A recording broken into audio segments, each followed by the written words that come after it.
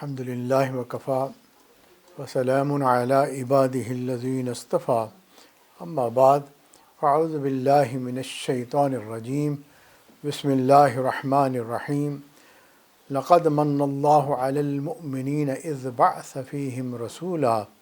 سبحان ربک رب العزت عما یصفون وسلام علی المرسلین والحمد للہ رب العالمین اللہم صلی علی سیدنا محمد وعلی آل سیدنا محمد وبارک وسلم۔ سیرت النبی صلی اللہ علیہ وسلم، اس کو بیان کرنے کا ایک مقصد ہے۔ ربیع الاول جسے ربیع کہتے ہیں، اور یہ کہتے ہیں کہ ربیع کہتے ہیں بہار کو، تو یہ نام ہی بتا رہا ہے کہ ربیع الاول میں آپ کی پیدائش ہوئی۔ اللہ رب العزت نے اس کائنات کے اندر بہار بھیج دی۔ آپ صلی اللہ علیہ وسلم کا تشریف لانا تمام انسانیت کے لیے ایک بہار کی مانند ہے، اور اس سے دنیا بھی سنور جاتی ہے، آخرت بھی بن جاتی ہے۔ نبی اکرم صلی اللہ علیہ وسلم کی برکتیں ساری دنیا کے اوپر چھم چھم بارش برستی ہیں۔ اب جو ہے سیرت النبی بیان کرنا ایک طالب علم کے لیے بہت ہی مشکل کام ہے، کیونکہ اللہ کے نبی صلی اللہ علیہ وسلم کی تعریف تو اللہ تعالیٰ خود کرتے ہیں، فرشتے کرتے ہیں، بڑے بڑے نیک لوگ جو ہے انہوں نے اشعار لکھے، نبی صلی اللہ علیہ وسلم کی تعریف کی، عاشقوں کے جو ہے پوری ایک جماعت تھی اللہ کے نبی صلی اللہ علیہ وسلم کے ساتھ۔ ان سب کی ماشاءاللہ جو ہے نبی صلی اللہ علیہ وسلم کے بارے میں تعریفیں، تاریخ گواہ ہے اس بات سے۔ ہمارے لیے کتنا مشکل ہے، ہم تو اگر 1000 بار بھی اپنے زبان کو دھو لیں تب بھی ہم ویسے کے ویسے ہی ہیں۔ اس زبان سے اللہ کے نبی صلی اللہ علیہ وسلم کی تعریفیں کرنا بہت ہی مشکل اور بڑی ہی بے ادبی والی بات ہے۔ لیکن بہرحال مقصد تو یہی ہے کہ ہم بھی کچھ نیکیاں کما لیں، اور یہ ربیع الاول کا مہینہ جو آنے والا ہے، اس مہینے کی برکتیں ہم بھی پالیں، کچھ ہم بھی جو ہے اپنی کوشش کریں۔ جیسے ابراہیم علیہ السلام کی جب آگ جل رہی تھی تو اس میں ایک چڑیا تھوڑا سا پانی چونچ میں لے کر آتی تھی۔ کسی نے پوچھا کہ تیرے اس جو ہے چونچ میں پانی لانے سے کیا یہ آگ بجھ جائے گی؟ تو وہ کہنے لگی محبت کا تقاضا یہ ہے کہ میں اپنا حق ادا کر دوں، باقی تو مجھے بھی پتہ ہے کہ آگ نہیں بجھے گی۔ اللہ کے نبی صلی اللہ علیہ وسلم کی سیرت تو جو ہے وہ تو پوری ایک چمکتا ہوا سورج ہے۔ ہمارے کچھ کہنے سے کیا فرق پڑے گا؟ کچھ بھی فرق نہیں پڑے گا۔ ہاں، ہماری دوستی کا حق ادا ہو جائے گا۔ چنانچہ ہم اس لیے کچھ نہ کچھ کوشش کریں گے تاکہ ہم یہ ثواب اجر کما لیں۔ سب سے پہلی بات یہ ہے کہ ہم جزیرہ عرب کے متعلق جو ہے کچھ ڈسکس کرتے ہیں، جہاں نبی اکرم صلی اللہ علیہ وسلم کی تشریف آوری ہوئی۔ اگر جغرافیائی اعتبار سے اس جگہ کو دیکھا جائے تو یہ اس طرح سے ہے کہ 3 طرف سے جو ہے پانی ہے، اور ایک طرف سے خشکی کے ساتھ یہ جگہ جڑی ہوئی ہے۔ جیسے کہ ہمارا سینے میں دل جو ہے وہ 3 طرف سے جو ہے وہ کسی چیز سے نہیں جڑا ہوا، اور وہ بیچ میں سینے میں لٹکا ہوا ہے، اور ایک طرف سے پورے جسم کے ساتھ یہ جڑا ہوا ہے۔ اب یوں سمجھیں کہ جس طرح انسان کا دل جو ہے وہ اس انداز سے ہے کہ جب وہ دھڑکتا ہے تو وہ خون جو ہے پورے جسم میں سپلائی بھیج رہا ہوتا ہے، بالکل اسی طرح اگر ہم یہ دیکھیں یہ جزیرہ عرب جو ہے وہ بھی بالکل اسی طرح انسان کے دل کی شکل میں جو ہے پوری میپ کے اوپر جو ہے یہ لٹکا ہوا اور ایک طرف سے جڑا ہوا دل کی شکل معلوم ہوتی ہے۔ اور جو ہے یہ اگر دھڑکتا رہے گا تو یہ پوری دنیا میں جو ہے زندگی رہے گی۔ یعنی اللہ رب العزت نے اس جگہ پر جو ہے بیت اللہ بنایا، اپنے پیارے حبیب محمد صلی اللہ علیہ وسلم کو بھیجا۔ اگر یہ جگہ جو ہے کسی وجہ سے ختم ہو گئی تو پوری دنیا ختم ہو جائے گی۔ جس طرح دل اگر انسان کا مردہ ہو جائے تو پورا جسم مردہ ہو جاتا ہے، تو جغرافیائی اعتبار سے بھی اس جگہ کی بڑی اہمیت ہے۔ پھر اس کے بعد اگر ہم یہ دیکھیں کہ نبی اکرم صلی اللہ علیہ وسلم کی تشریف آوری سے پہلے اس جگہ کے حالات کیا تھے، تو ہمیں ایسے لگے گا کہ بڑی بڑی حکومتیں کیسر و کسریٰ جو اس وقت کی تھیں، انہوں نے اس علاقے کو بالکل چھوڑا ہوا تھا۔ یہاں کے لوگ اپنی مرضی کی زندگی گزارتے تھے، چند سردار آپس میں مل جاتے تھے اور بیٹھ کے کوئی بھی فیصلہ کر دیتے تھے اور اس کو نافذ کر دیا جاتا تھا، چاہے وہ ظلم ہو، چاہے وہ جیسا بھی فیصلہ لوگوں کے فائدے کا یا نقصان کا، بس چند لوگوں نے بیٹھ کر فیصلہ کر دیا۔ اب طاقت کے ذریعے سے یہاں پر جو ہے ان کے فیصلے نافذ کر دیے جاتے تھے، کوئی قانون نہیں تھا یہاں پر، بس جو ہے کچھ لوگوں کا جو ہے حکم چل رہا ہوتا تھا۔ چنانچہ ظلم و ستم، انانیت اور حقوق کی پامالی وہاں کا عام معمول بنا ہوا تھا۔ تو ایسے لوگ جو ہیں یہاں پر رہتے تھے۔ اچھا، پھر دوسری بات یہ بھی ہے کہ یہ لوگ لکھنے کے جو ہے اور پڑھنے کے خلاف تھے، اور یہ اس وجہ سے چیزوں کو یاد کرتے تھے، اور ان کا سارا فخر بھی یہی تھا کہ ہماری یادداشت بہت زیادہ ہے۔ چنانچہ انہوں نے اپنے بڑوں کے نام یاد رکھے ہوئے تھے، کتنی کتنی پشتوں تک یہ اس کو یاد رکھتے تھے، اپنے حتیٰ کہ گھوڑوں کے جو ہے نام، اور اس کے جو مالک اس سے پہلے وہ کتنے کتنے جو ہے اوپر تک کے ان کو زبانی یاد کیا ہوا ہوتا تھا، اور جو ہے اس انداز سے یہ لوگ زندگی کو گزار رہے ہوتے تھے۔ اب جو ہے جو ارد گرد کی حکومتیں تھیں، ان کی وجہ سے، ان حالات کی وجہ سے انہوں نے ان کو کمپلیٹلی اگنور کیا ہوا تھا۔ وہ سمجھتے تھے کہ یہ جو ہے ایک اپنی مرضی کرنے والے لوگ ہیں۔ یہی وجہ تھی جب مسلمان دین کا پیغام لے کر جو ہے کیسر و کسریٰ کی طرف بڑھے، تو اس وقت کے جو وہاں کی سویلائزیشنز تھیں، بادشاہ تھے، وہ کہنے لگے کہ یہ کہاں سے آ گئے، یہ تو جاہل لوگ تھے، یہ تو جو ہے ان پڑھ لوگ تھے، ان کو کیسے ہمت ہو گئی کہ یہ ہماری طرف بڑھے، اور نہ صرف یہ کہ یہ ادھر آ رہے ہیں بلکہ یہ تو اپنے دین کا پیغام لے کر آ رہے ہیں۔ تو ان کے لیے ایک بڑی حیرانی والی بات تھی، جنہوں نے ہمیشہ ان کو اگنور کیا ہوا تھا، آج یہی جو ہے ان کے پاس ایک ہدایت کا سرچشمہ لے کر جو ہے ان کی طرف آ رہے تھے، اور اس لیے پورا علاقہ جو ہے بے حد حیران اور پریشان تھا کہ یہ کون لوگ ہیں ان پڑھ سے جو یہاں پر آنا چاہتے ہیں۔ اب جو ہے نبی اکرم صلی اللہ علیہ وسلم کو عرب میں اللہ تعالیٰ نے بھیجا، تو اس میں بہت فائدہ ہوا۔ ایک پہلا فائدہ یہ ہے کہ عرب لوگوں کے اندر ایک مزاج تھا، اور وہ مزاج یہ تھا کہ یہ لوگ جو ہے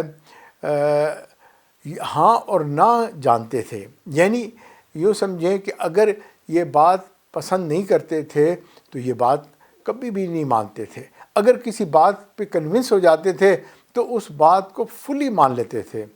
آج ہم نے دیکھا بعض لوگوں کی نیچر ہوتی ہے کہ وہ جو ہے پارشلی کنونس ہوتے ہیں، اس لیے وہ کوئی بھی فیصلہ کن کام نہیں کر سکتے، کیونکہ ان کے مزاج میں جو ہے پوری ایک کلیئرنس نہیں ہوتی۔ لیکن جو ہے اس علاقے کے لوگوں کے اندر جو ہے بالکل ایک کلیئر مائنڈڈنس تھی، اور وہ جو ہے اگر کسی بات کو مان لیتے تھے تو 100% اس کی حمایت کرتے تھے، اگر کسی بات کو ریجیکٹ کر دیتے تھے تو 100% اس کو ریجیکٹ کر دیتے تھے۔ یہی وجہ تھی نبی اکرم صلی اللہ علیہ وسلم نے جب اس علاقے کے اندر دین اسلام کو پیش کیا تو ابتدا میں زبردست مخالفت ہوئی، اور جب جو ہے لوگوں نے اس کو مان لیا تو وہی لوگ تھے جو پھر 100% دین میں شامل ہو گئے۔ کیا آپ اندازہ کر سکتے ہیں کہ جنہوں نے نبی اکرم صلی اللہ علیہ وسلم کے ساتھ اتنی زیادہ لڑائیاں لڑی ہوں، اور اس کے بعد جو ہے وہ نبی اکرم صلی اللہ علیہ وسلم کے ساتھ جو ہے ساتھی بن جائیں، صحابی بن جائیں۔ ابو سفیان جو اتنے لڑائیوں کے سردار رہے، وہی بعد میں جو ہے نبی اکرم صلی اللہ علیہ وسلم کے صحابی بنے۔ ابو جہل کا بیٹے اکرمہ جو ہے وہ نبی اکرم صلی اللہ علیہ وسلم کے صحابی بن گئے۔ تو وجہ کیا تھی؟ ان کا ایک مزاج تھا۔ تو اس مزاج کی وجہ سے جو ہے دین اسلام کے پھیلنے کا جو ہے سبب بنا، اس کا بہت ہی فائدہ ہوا۔ اسی طرح دوسری بات یہ ہے کہ یہاں کا جو ماحول تھا، یعنی جو انوائرمنٹ اور وہاں کا جو ٹیمپریچر اور وہاں کا جو ویدر، وہ بھی بہت ہی مجاہدے والا تھا۔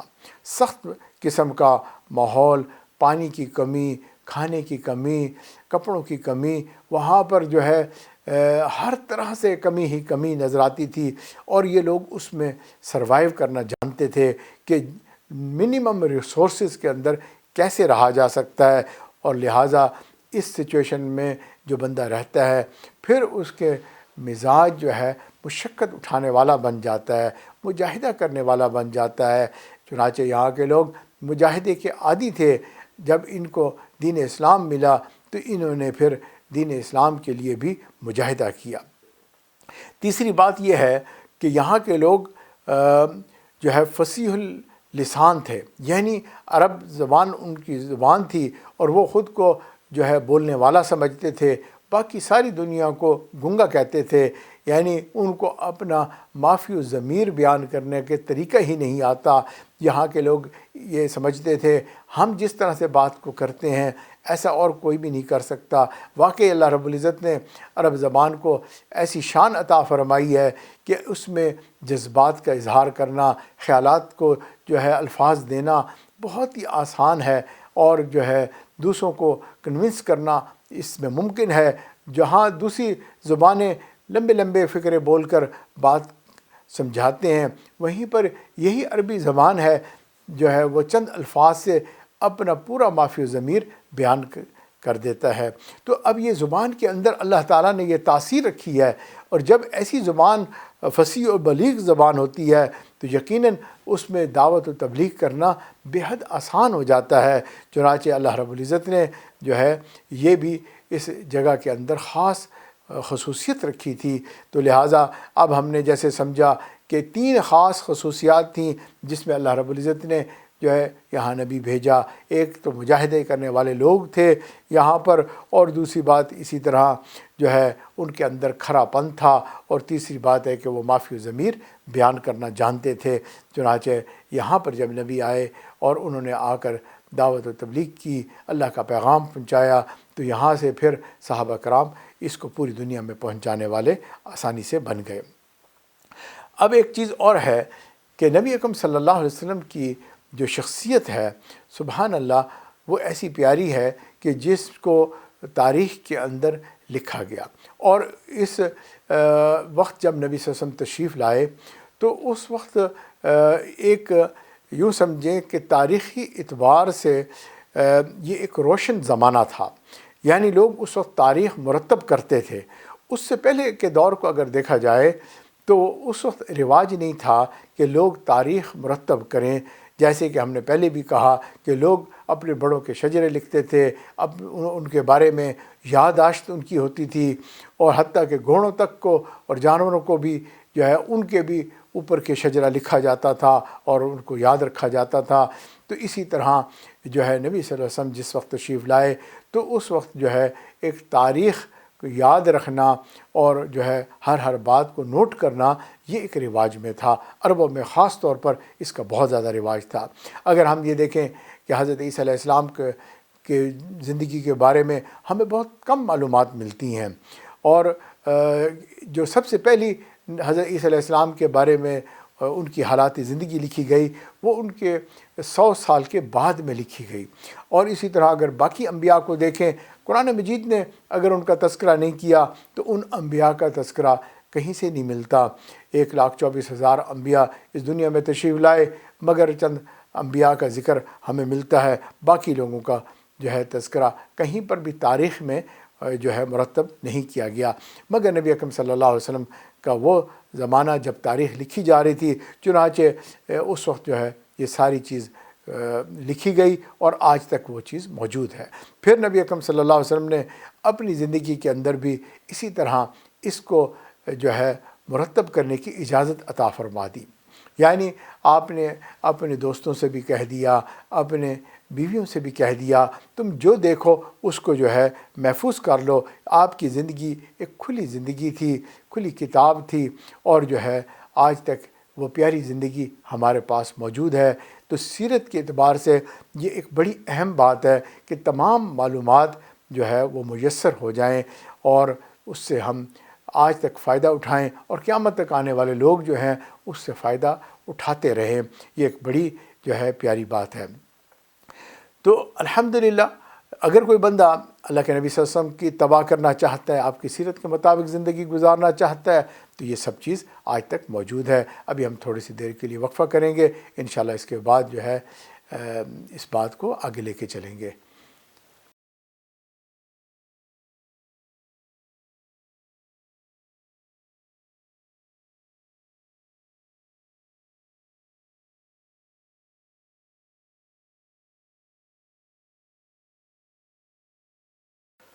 بسم اللہ الرحمن الرحیم۔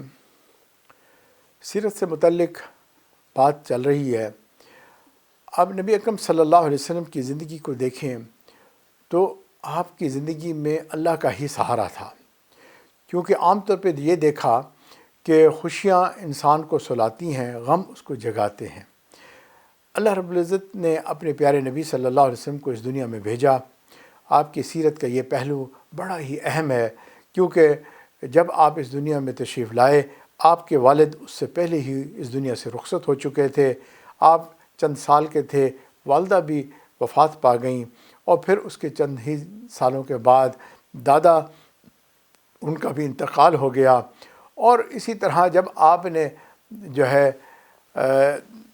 اللہ کا پیغام لوگوں تک پہنچایا، اور جب تکلیف اور پریشانیاں انتہا کو پہنچ گئیں، شیب ابی طالب کا وقت آیا، تو اس وقت جو ہے آپ کے چچا جو آپ کے سپورٹر تھے ان کا بھی انتقال ہو گیا، اور آپ کی پیاری محبت کرنے والی اور جو ہے بیوی حضرت ختیجہ رضی اللہ تعالیٰ عنہ وہ بھی اس دنیا سے چلی گئیں۔ اب اگر ہم ان تمام حالات کو دیکھیں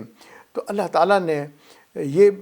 اپنے نبی صلی اللہ علیہ وسلم کے لیے کیا کہ تمام وہ سہارے جو بعد میں کہنے والا یہ کہہ سکتا تھا کہ فلاں سہارے کی وجہ سے آپ کا پیغام لوگوں تک پہنچا، تو اللہ تعالیٰ نے وہ سب سہارے ختم کر دیے۔ ایک سہارا، اور وہ اللہ تعالیٰ کا ہی سہارا تھا، اور اسی کو ہی جو ہے باقی رکھا۔ اور اللہ تعالیٰ کے پیارے حبیب نے توحید کا سبق دیا، اور توحید یہی ہے کہ سب سے ہٹ کٹ کے اللہ کے ہو جاؤ۔ چنانچہ اللہ تعالیٰ نے تمام اسباب کو ختم کر کے دکھا دیا، اور بتایا کہ جب اللہ کے ہو جاؤ گے تو اللہ تمہارے سارے مسئلے حل کر دیں گے۔ نبی صلی اللہ علیہ وسلم کی زندگی میں ہمیں یہ پیغام ملتا ہے کہ الحمدللہ آپ کا سہارا صرف جو ہے اللہ تعالیٰ ہے۔ اب اگر دیکھیں تو عربوں کی زندگی اس وقت جو ہے ایک جانوروں والی زندگی تھی، اور جو ہے اگر ایک میلہ جسے عکاظ کا میلہ کہتے ہیں، ایک آدمی اپنی ٹانگیں پھیلا کے بیٹھ جاتا ہے اور کہتا ہے میں دیکھتا ہوں کہ میری ٹانگ کو کون ہٹا سکتا ہے، دوسرا بندہ جو ہے وہ تلوار لے کر آ جاتا ہے اور وار کرتا ہے، اور یہ بندے دو لڑنا شروع کرتے ہیں۔ اس کی وجہ سے دو قبیلے اس میں شامل ہو جاتے ہیں، حتیٰ کہ 50 سال تک ایسی لڑائی چلتی چلی جاتی ہے، اور یہ لوگ زندہ جانور کے گوشت کاٹ کے پکاتے تھے۔ ایسی عجیب ان کا مزاج تھا کہ خدا کی پناہ، اتنے جو ہے ظالم اور اتنے ہی خود سر قسم کے لوگوں کو اللہ کے نبی صلی اللہ علیہ وسلم نے دین کا پیغام دیا، اور ان کو جو ہے سکھایا، سمجھایا، اور دیندار اور پرہیزگار اور اچھا اخلاق عطا کر دیا۔ اب دیکھیں اعلان نبوت سے پہلے معاشرہ جو ہے وہ ایسا ہے کہ جو بالکل جو ہے وہ عجیب سا ہے۔ اس میں نبی اکرم صلی اللہ علیہ وسلم کی پیدائش ہوتی ہے، جوانی ہے، آپ نے وقت گزارا، اور نبی اکرم صلی اللہ علیہ وسلم نے اپنا جو ہے نبوت کا اعلان کیا۔ تو ایسی صورت میں جو ہے لوگوں نے پوچھا کہ آپ نے جو ہے یہ اعلان کیا ہے تو اس کی کیا دلیل ہے؟ تو اللہ کے نبی صلی اللہ علیہ وسلم نے جو ہے اس وقت جو ہے جو دلیل پیش کی وہ یہی دلیل تھی کہ میں نے اس میں آپ لوگوں میں اپنی زندگی گزاری ہوئی ہے۔ سبحان اللہ، آپ دیکھیں نبی صلی اللہ علیہ وسلم کو پہلے بھی لوگ پسند کرتے تھے، اور آپ کو امین اور صادق کہتے تھے۔ جب بیت اللہ کا جو ہے کنسٹرکشن ہو رہی تھی، اس وقت فیصلہ کرنا تھا کہ حجر اسود کو کون جو ہے اس کے مقام پہ رکھے گا۔ قبیلوں کی آپس میں لڑائی ہونے لگی، لیکن نبی اکرم صلی اللہ علیہ وسلم نے بہت عمدہ طریقے سے فیصلہ فرمایا، چادر بچھائی، حجر اسود کو اس میں رکھا، قبیلے کے تمام سرداروں کو کو نے پکڑنے کے لیے کہا اور اس کو اس کے مقام پر لائے، اور آپ صلی اللہ علیہ وسلم نے یہاں پر جو ہے اب حجر اسود اٹھا کر وہاں رکھ دیا۔ سب مطمئن تھے، یعنی آپ پہلے اگر دیکھا جائے اتنے جو ہے پاپولر تھے، آپ اتنی پسندیدہ شخصیت تھے، لیکن جو ہی آپ نے توحید کا پیغام دیا تو اب جو ہے تمام طرف جو ہے ایک پرابلم آ گیا۔ اللہ کے نبی صلی اللہ علیہ وسلم نے توحید کا پیغام اس لیے دیا کہ اللہ کا حکم تھا، آپ اللہ کے رسول ہیں، اور جو ہے رسول نے وہی کرنا ہے جو اللہ کا حکم ہے۔ اگر جو ہے آج کوئی بندہ اس پہ اعتراض کرے کہ بھئی انہوں نے جو ہے وہ اللہ کے رسول ہیں یا نہیں ہیں، تو بھئی آپ اسی موقع پر ہی یہ اندازہ کر لیں کہ اگر اللہ کے نبی صلی اللہ علیہ وسلم اس پیغام کو اپنی طرف سے لے آتے تو پھر اس کی ڈیفرنٹ شکل ہوتی، آپ ڈیفرنٹ انداز سے اس پیغام کو لوگوں تک پہنچاتے۔ مثال کے طور پر آپ لوگوں کو کہہ سکتے تھے دیکھو ہم عرب ہیں، آؤ ہم سب مل کر جو ہے اس علاقے کی ڈیولپمنٹ کرتے ہیں۔ آپ تو آلریڈی ہی پاپولر تھے اس ایریا کے اندر، لوگ آپ کے ساتھ جمع ہو جاتے، آپ کی شخصیت پسندیدہ شخصیت تھی۔ اگر اعلان نبوت سے پہلے آپ سے حجر اسود رکھوایا جا رہا ہے، وہ یہ بات گواہی دے رہی ہے کہ بھئی آپ اتنے پاپولر تھے کہ سب لوگوں نے آپ کی شخصیت پہ اتفاق کر لیا۔ اب بھی لوگ مل جاتے کہ ہاں آؤ مل کے ہم اس کام کو کرتے ہیں۔ اسی طرح اگر آپ کوئی کیپٹلسٹک جو ہے آئیڈیا لے کر آتے اور آپ کہتے کہ بھئی ہم اپنی اکنامکس کو بڑھاتے ہیں، ہمارے ارد گرد بھی حکومتیں بڑی بڑی ہیں اور ان کے اندر جو ہے اچھی اکنامکس ہے، آپ بھی تو آخر تجارت کرتے تھے، جانتے تھے کہ اکنامکس کو کیسے جو ہے بڑھایا جا سکتا ہے، اور لوگوں کے پاس حالات ہی ایسے تھے، نہ کھانے کو کچھ تھا، نہ پینے کو کچھ تھا، نہ جینے کو کے لیے کچھ تھا۔ تو ایسی حالت میں اگر کوئی اکنامک پلان آپ دیتے، تجارت کے اصول وضع کر دیتے، لوگ آپ کے ارد گرد جمع ہو جاتے، لیکن آپ نے ایسا طریقہ بھی اڈاپٹ نہیں کیا، بلکہ آپ نے تو سب سے زیادہ سخت اور مشکل بات کی، اور وہ یہ تھی کہ عرب کے لوگ جو ہے اس وقت جو ہے وہ بتوں کی پوجا کرتے تھے، اور ان کے پاس تو مٹی کے بھی خدا تھے، لوہے کے بنے ہوئے خدا، پتھر کے خدا، آٹے سے بنے ہوئے خدا اور لکڑی سے بنے ہوئے خدا، نہ جانے کتنے خدا انہوں نے بنائے ہوئے تھے۔ 365 بت تو انہوں نے بیت اللہ کے اندر رکھے ہوئے تھے۔ ایسی حالت میں اللہ کے نبی صلی اللہ علیہ وسلم نے آ کے کہا قولوا لا الہ الا اللہ تفلحون، کہ اے لوگو تم کہو کہ اللہ کے سوا کوئی معبود نہیں، تم کامیاب ہو جاؤ گے۔ یہ لوگ کیسے سمجھ سکتے تھے کہ اس سے کامیابی ہو جائے گی؟ لیکن اللہ کے نبی صلی اللہ علیہ وسلم نے وہی بات کی جو ایک رسول کو اور ایک اللہ کے پیغمبر کو کرنی چاہیے تھی۔ لہٰذا کیا ہوا کہ اس حال میں سبھی لوگوں نے مخالفت شروع کر دی۔ اب اسی طرح ہم اگر یہ بھی دیکھیں کہ اگر ہم غیروں میں جائیں تو ان میں جو ہے پاپولر ہونا آسان ہے، مگر اگر اپنوں میں رہتے ہوں جو کہ آپ کو ہر طرح سے دیکھتے ہیں، باریک نقطے جانتے ہوتے ہیں، ان میں پاپولر ہونا مشکل کام ہوتا ہے۔ اکثر گھر جو رشتہ دار ہوتے ہیں وہ جب ٹیز کرتے ہیں، تکلیف پہنچانا چاہتے ہیں، تو وہ پن پوائنٹ بات کرتے ہیں جس سے بہت تکلیف ہوتی ہے۔ اگر دوسرا آدمی جو ہے وہ کوئی تکلیف پہنچانا چاہے تو وہ ایسی تکلیف نہیں پہنچا سکتا۔ لہٰذا اگر آپ دیکھیں کہ اللہ کے نبی صلی اللہ علیہ وسلم کو ان اپنوں پہ ہی کام کرنے کا موقع ملا، اور انہی کو تک یہ پیغام پہنچانا اور انہی کو ہی جو ہے خوبصورت بنانا، یہ آپ کا پیغام تھا، اور یہ آپ کے ورک اسائنمنٹ تھی۔ سبحان اللہ، اللہ کے نبی صلی اللہ علیہ وسلم نے اس کام کو اتنا پیارا کیا کہ وہ لوگ جو پہلے زندگیاں جن کی بہت عجیب تھیں، وہی بعد میں جو ہے صحابہ کرام جو ہے وہ ہیرو کی طرح نظر آتے ہیں۔ ہر صحابی چمکتا ہوا ستارہ نظر آتا ہے، اور جتنا ہی آپ دیکھیں کہ ایک صحابی کی زندگی کو آپ کو حیرانی ہوتی ہے کہ آپ ان کے اندر ایسے کمالات دیکھیں گے کہ انسان کہتا ہے کسی بنانے والے نے کتنا خوبصورت ان کو بنا دیا۔ اسی طرح ہم یہ بھی دیکھتے ہیں کہ جب دین اسلام آیا تو سب سے پہلے جو ہے اس کو قبول کرنے والی ان کی اپنی پیاری بیوی تھی۔ اسی طرح اگر آپ دیکھیں گھر میں جو ہے حضرت علی بچوں میں سب سے پہلے ایمان لے آنے والے، اور دوستوں میں سب سے پہلے اسی طرح حضرت ابو بکر صدیق رضی اللہ تعالیٰ عنہ۔ تو یہ کیا ہے؟ یہ بتا رہا ہے کہ آپ کی شخصیت اتنی پیاری شخصیت تھی، اور جس کو سب سے پہلے جو ہے اپنوں نے ہی قبول کیا۔ اسی لیے اللہ کے نبی صلی اللہ علیہ وسلم نے بھی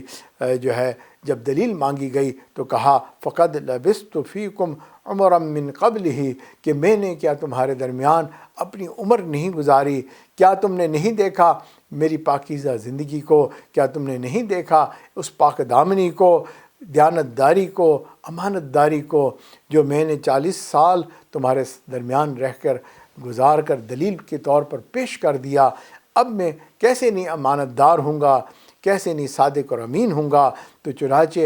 جو ہے اللہ کے نبی صلی اللہ علیہ وسلم نے اپنی جوانی کو پیش کیا۔ یہ کوئی اتنا آسان کام نہیں، بہت ہی مشکل کام ہے کہ اپنی جوانی کو پیش کر دینا اس دلیل کے طور پر۔ اب بعض لوگ کہتے ہیں کہ جی اسلام جو ہے وہ تلوار سے پھیلا ہے، حالانکہ حقیقت یہ ہے کہ اسلام تو کردار سے پھیلا ہے۔ حضرت عائشہ صدیقہ رضی اللہ تعالیٰ عنہ اس لیے کہا کرتی تھیں کہ فتحت المدینۃ بالاخلاق، کہ مدینہ جو ہے نبی اکرم صلی اللہ علیہ وسلم نے اپنے اخلاق سے جو ہے فتح کیا ہے۔ فتح مکہ کے موقع پر اللہ کے نبی صلی اللہ علیہ وسلم جب تشریف لے جا رہے ہیں تو دیکھیں عام دستور تو کیا ہوتا ہے، جب کوئی علاقہ فتح ہوتا ہے تو لوگ نعرے لگاتے ہیں اور جو ہے بڑے بڑے دعوے کرتے ہیں اور لوگوں کے ساتھ ظلم و زیادتی کرتے ہیں، بڑا تماشا ہوتا ہے، فتح کا جشن منایا جاتا ہے۔ اللہ کے نبی صلی اللہ علیہ وسلم نے ایسا کچھ بھی نہیں کیا، بلکہ آپ صلی اللہ علیہ وسلم تو اونٹنی پر سوار ہیں اور آپ کا سر یوں جھکا ہوا ہے کہ آپ کی پیشانی جو ہے اونٹنی کی گردن کے بالوں کے ساتھ لگ رہی ہے، اور اس طرح سے آپ جو ہے پڑھ رہے ہیں لا الہ الا اللہ وحدہ، کہ آپ کہہ رہے ہیں کہ سب تعریفیں اس اللہ کے لیے ہیں، ہاں جی، اور پھر کہہ رہے ہیں نصر عبدہ، کہ جس نے اپنے بندے کے اوپر جو ہے مہربانی کی ہے نا اور اس کی مدد کی، وَهَزَمَ الْأَحْزَابَ وَحْدَهُ، اور اس اکیلے نے تمام جو ہے فتح کر لی، تمام جو ہے شکست دے دی، تمام دشمنوں کو ختم کر دیا۔ سبحان اللہ، کچھ بھی نہیں کہہ رہے کہ ہم نے بھی کچھ کیا، بدر بھی آئی، احد بھی ہوا، اور اسی طرح جو ہے خندق کے بھی جو ہے پریشانیاں، پیٹ پہ پتھر بھی باندھے، کچھ بھی نہیں کہا جا رہا۔ یہ کردار ہے کہ سب چیز اللہ کے تعریف، اللہ کے سپرد کیا جا رہا ہے۔ تو یہ ہے بیوٹیفل اخلاق جس نے لوگوں کو متاثر کیا۔ ورنہ جو ہے لوگ آتے ہیں، فتوحات کرتے ہیں اور لوگوں کو جو ہے عبرت کا نشان بنا دیتے ہیں، ظلم کرتے ہیں، اور جو ہے نبی اکرم صلی اللہ علیہ وسلم نے مکہ والوں کے ساتھ بڑے ہی اچھے طریقے سے جو ہے ڈیل کیا۔ ایک عورت خاتون جس کا نام ہندہ تھا، اس نے سید الشہداء امیر حمزہ رضی اللہ تعالیٰ عنہ کو جو ہے شہید کروایا، اور اس کے بعد جو ہے آپ کے سینہ چاک کر کے اس میں سے دل کو نکال کر اس نے اس کو چبایا۔ پہلی بات ہے کہ ایک میت کے جو ہے دل نکال کر ایک عورت کے لیے اس کو چبانا کتنا مشکل کام ہے۔ یہ بات ظاہر کرتی ہے کہ اس کے دل میں کتنی نفرت تھی، کتنا غصہ تھا، اور پھر اس کے بعد اس نے آپ کے اعضاء کاٹے اور ان کو جو ہے اپنے گلے کا ہار بنایا، اور کہنے لگی کہ اب میرے دل کو ٹھنڈک پہنچی ہے۔ کیا جب نبی اکرم صلی اللہ علیہ وسلم نے فتح مکہ کیا ہوگا تو ہندہ کی حالت کیا ہوگی؟ آپ اندازہ کریں، وہ کیا نہیں سمجھتی ہوگی کہ اب میرا حاشر کیا کیا جائے گا؟ لیکن یہی ہندہ آتی ہے اور نبی صلی اللہ علیہ وسلم کے ہاتھوں پر ایمان لے آتی ہے، آپ کو سچا نبی مان لیتی ہے۔ آپ صلی اللہ علیہ وسلم نے اس کو یہ کہہ کر معاف کر دیا کہ میں تمہیں اپنی ذات کی خاطر جو ہے کوئی سزا نہیں دوں گا، تم نے قبول کر لیا، اللہ کی بندی بن گئی، اللہ کا پیغام لے لیا، چنانچہ میں نے تمہیں معاف کر دیا۔ اسی طرح جب نبی اکرم صلی اللہ علیہ وسلم جو ہے مکہ سے مدینہ منورہ جا رہے تھے، تو ایک شخص جو ہے عثمان بن طلحہ شیبی، ان کے پاس جو ہے بیت اللہ کی چابیاں تھیں، اور انہوں نے نبی اکرم صلی اللہ علیہ وسلم کو بیت اللہ میں جو ہے عبادت سے روک دیا۔ آپ صلی اللہ علیہ وسلم نے کہا لیکن نہیں مانے۔ پھر آپ نے ان کو کہا ایک وقت آئے گا جب عثمان یہ چابیاں میرے پاس ہوں گی، جہاں تم کھڑے ہو وہاں میں ہوں گا، اور جہاں میں اس وقت کھڑا ہوں وہاں تم ہوگے۔ لیکن اس کے باوجود بھی عثمان نہیں مانے۔ فتح مکہ ہوا، آپ نے عثمان کو بلایا، کہا کہ چابیاں لے آؤ، انہوں نے چابیاں ہاتھ میں دیں، آپ اندر تشریف لے گئے، عبادت کی، واپس آئے، واپس آ کر آپ نے وہی چابیاں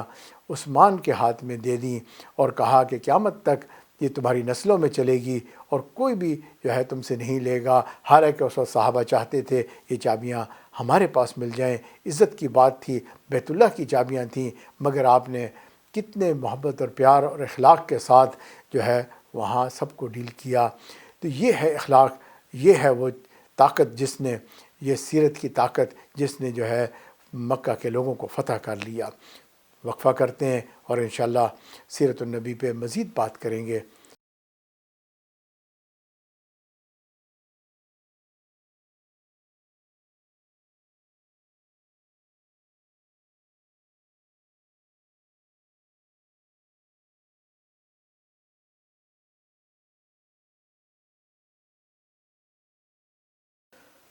بسم اللہ الرحمن الرحیم۔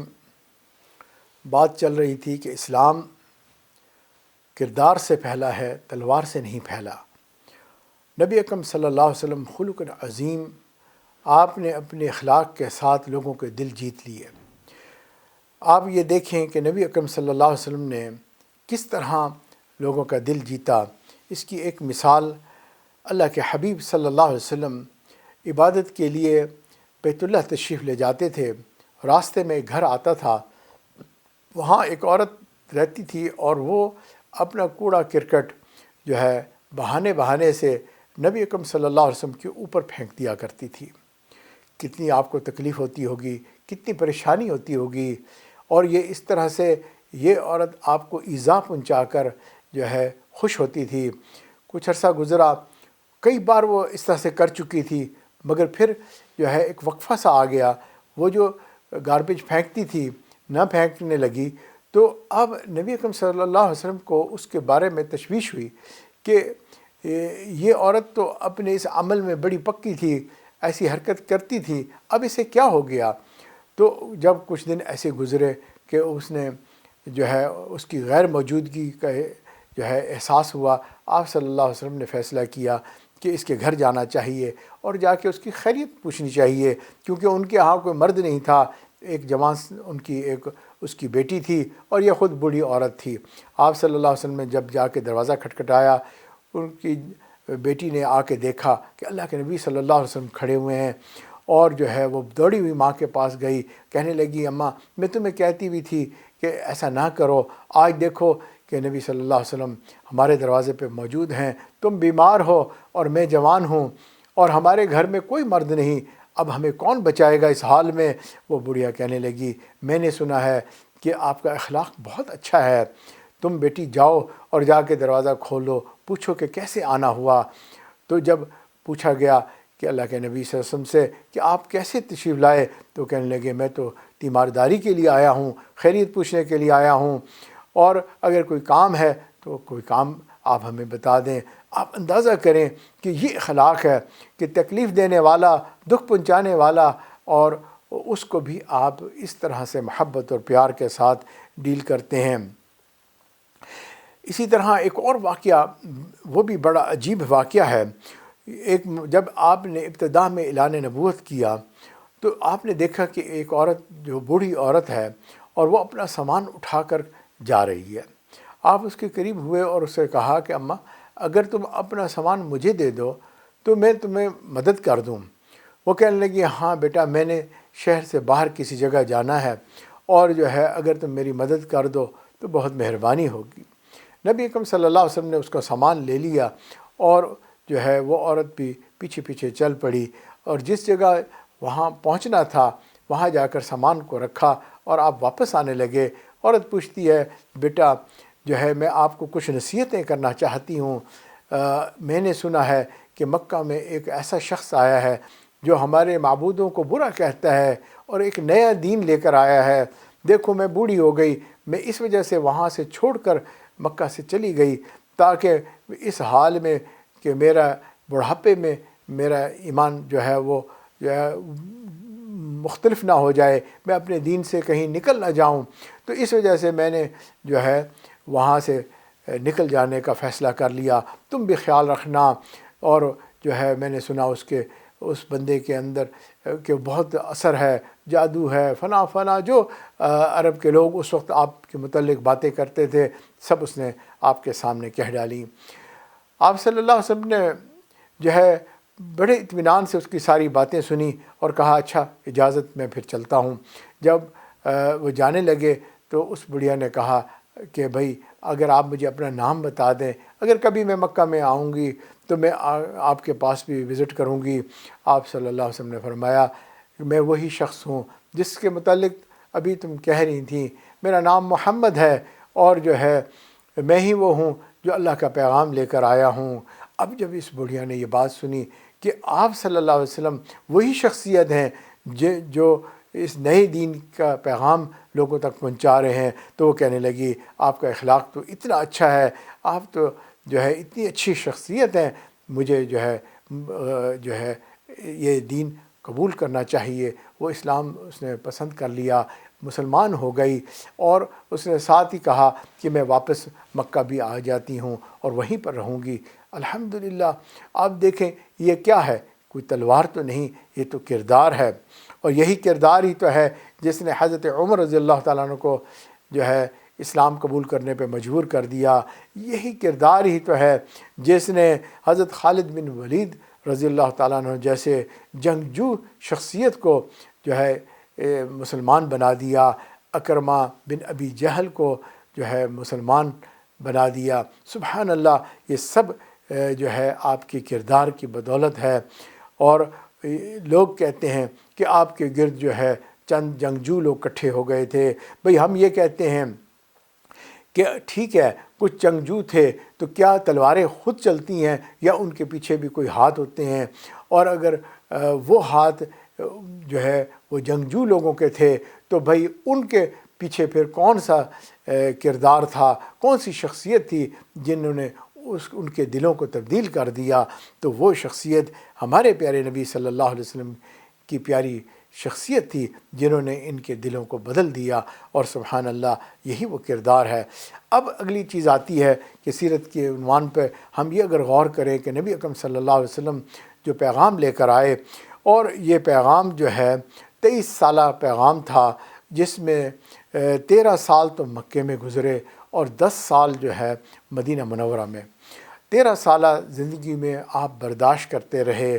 اور جو ہے دکھ دینے والے دکھ پہنچاتے رہے اور آپ صبر کرتے رہے، اور بقیہ 10 سال میں بھی جو ہے اگر ہم دیکھیں آپ نے اپنا ڈیفنس کیا اور جو ہے صبر اور برداشت کے ساتھ زندگی کو گزارا اور یہ پیغام جو ہے اس کو پہنچاتے رہے۔ تو اب اگر ہم اس سارے عرصے کو دیکھیں تو کتنا تھوڑا سا عرصہ ہے، جس میں سے اگر 13 سال کو ہم نکال دیں تو باقی تو 10 سال کا عرصہ ہی بچتا ہے، جس میں اگر یہ پیغام جو ہے دوسری جگہوں پہ پہنچ سکا تھا۔ اور 10 سال کے عرصے میں یہ اتنی بڑی تبدیلی یہ ایک نبی ہی کر سکتا ہے، اور یہ آپ کی ہی شخصیت کے شان تھی۔ اسی طرح اگر ہم دوسری چیز کو دیکھیں کہ آپ صلی اللہ علیہ وسلم اس جگہ تشریف لائے جہاں وسائل نہیں تھے، اسباب کی کمی تھی، اور وہاں پر جو ہے آپ نے اس کام کو کیا، اور مسلمانوں کے پاس تو بالکل ہی اسباب نہیں تھے، پہننے کے لیے کپڑے بھی پورے نہیں ہوتے تھے، کھانے کے لیے جو ہے کھانا نہیں ہوتا تھا۔ ایسے حالات میں تکلیف اور پریشانی میں آپ صلی اللہ علیہ وسلم کے اصحاب نے جو ہے اس دین کے پیغام کو لوگوں تک پہنچایا۔ اب یہ کام کتنا مشکل ہوگا، اب اس میں مخالفت بھی تھی، اور جو ہے پورا قرآن مجید جو ہے اس کا پیغام بھی صحابہ کو سکھانا اور سمجھانا تھا، اور اتنا تھوڑا وقت، تو اب یہ ہے کہ ایسی حالت میں نقصان ہونے کا اندیشہ بھی بہت زیادہ تھا، کیونکہ ہر کچھ عرصے کے بعد جو ہے دشمنوں کی طرف سے کوئی نہ کوئی لڑائی کا سبب بن جاتا تھا۔ لیکن اگر ہم یہ دیکھیں نبی اکرم صلی اللہ علیہ وسلم نے اس سارے معاملے کو کیسے ہینڈل کیا، تو ہم حیران ہوں گے کہ مسلمان اور کفار دونوں طرف سے اگر ہم دیکھیں کہ کتنی اموات ہوئیں اس سارے وقت کے اندر، تو ہم حیران ہو جائیں گے۔ تقریباً 1063 جو ہے لوگوں کی اموات ہوئیں، اور جو ہے اتنے تھوڑے کم نقصان سے جو ہے یہ پیغام جو ہے پہنچ گیا، اور آج تک 1400 سال تک یہ محفوظ رہا۔ یہ نبی صلی اللہ علیہ وسلم کی ایک اسٹریٹجی تھی کہ جس میں نقصان نہ ہو، ورنہ آپ یہ دیکھیں کہ اگر کوئی بھی علاقہ فتح کرنا ہوتا ہے، کوئی بھی جو ہے قانون کو نافذ کرنا ہوتا ہے، کسی ازم کو لانا ہوتا ہے، تو پھر کتنی جانیں قربان کر دی جاتی ہیں، لاکھوں کی تعداد میں لوگ مرتے ہیں، لیکن اتنے کم وقت میں اور اتنے کم وسائل میں اور اتنے کم نقصان میں جو ہے یہ سارا کام کیا گیا۔ یہ نبی صلی اللہ علیہ وسلم کی سیرت مبارکہ کی ایک بہترین جو ہے نشانی ہے اور کمال ہے آپ کی سیرت کا، اور ہمارے لیے یہی جو ہے ایک مشعل راہ ہے۔ تو الحمدللہ اگر ہمیں کوئی شخصیت کو اگر ہم نے فالو کرنا ہو، تو ہمارے لیے واقعی ہی نبی اکرم صلی اللہ علیہ وسلم کی ہی زندگی ایسی ہے کہ جس کو ہم فالو کر سکتے ہیں۔ ہم دیکھتے ہیں کہ لوگ دنیا میں آئے، بڑے بڑے کام کر کے گئے، اور لوگوں نے بعد میں کہا کہ جی ان کو بہت تھوڑا وقت ملا، اگر زیادہ وقت ملتا تو یہ زیادہ کام کرتے، اور جو ہے لیکن نبی اکرم صلی اللہ علیہ وسلم